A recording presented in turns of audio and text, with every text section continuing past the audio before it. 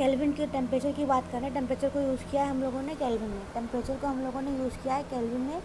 Temperature की SI unit, thermodynamic temperature की SI unit kelvin है, सिंबल उसका के है। उसको डिफाइन करना है fix numerical value of Boltzmann constant से। टेम्परेचर की वैल्यू है fix numerical value of Boltzmann constant. Temperature की फिक्स न्यूमेरिकल वैल्यू है बोल्ट्जमैन कांस्टेंट। टेम्परेचर की फिक्स न्यूमेरिकल वैल्यू, टेम्परेचर को एक्सप्रेस किया है टेम्परेचर को एक्सप्रेस किया है बोल्ट्जमैन कांस्टेंट के टर्म्स में। टेम्परेचर को एक्सप्रेस किया है बोल्ट्जमैन कांस्टेंट के टर्म्स में, वैल्यू है 1.3 इंटू 10⁻23। और बोल्ट्जमैन कांस्टेंट के टर्म्स में एक्सप्रेस किया है जिसको एक्सप्रेस कर रहे हैं जूल पर केल्विन में। और इक्वल किसके बराबर है? बराबर है kg metre square upon second का स्क्वायर पर kelvin. kg metre square second square upon kelvin, meter square second square, kg metre square upon second square kelvin, whether kilogram ये किलोग्राम, ये मीटर, ये second are defined in terms of HCN रो न्यू CS। क्या कह रहे हैं? Kilogram को डिफाइन किया गया एच के टर्म में, किलोग्राम को डिफाइन किया गया प्लैंक्स कांस्टेंट के टर्म्स में, मीटर को डिफाइन किया गया वेलोसिटी ऑफ लाइट के टर्म्स में, और सेकंड को डिफाइन किया गया है सीजन फ्रिक्वेंसी के टर्म में। इतने याद रखो, मीटर को डिफाइन करते हैं स्पीड ऑफ लाइट में, सीजन और मास को डिफाइन करते हैं किसके टर्म में? मास को डिफाइन करते हैं, एक मिनट, मास को डिफाइन करते हैं प्लैंक कांस्टेंट के टर्म में, और टाइम को डिफाइन करते हैं सीजन फ्रिक्वेंसी के टर्म में। तो यहाँ पे केल्विन सिंबल क्या कह रहा है? केल्विन इस टेम्परेचर की यूनिट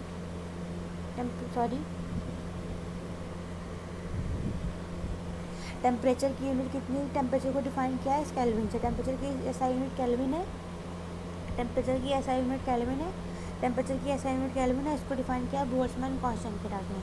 बोल्ट्जमैन कांस्टेंट की वैल्यू है 1.3 इंटू 10⁻23। इसकी यूनिट है joule upon kelvin.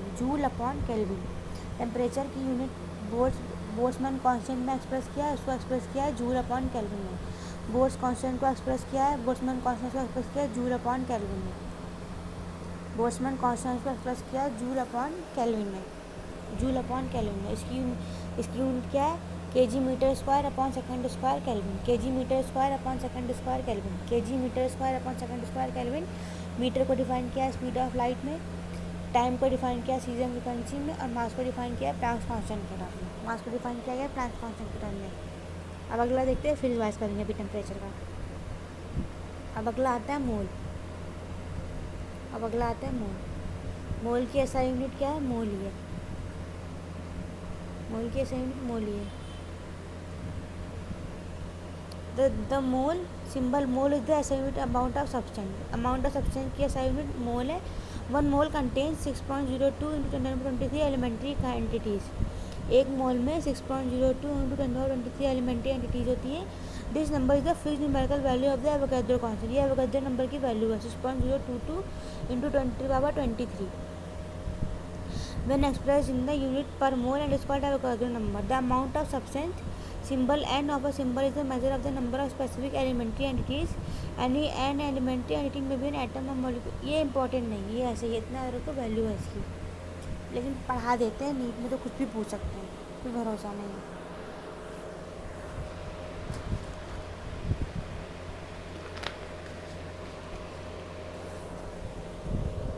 Mole symbol mole is the SI unit of amount of substance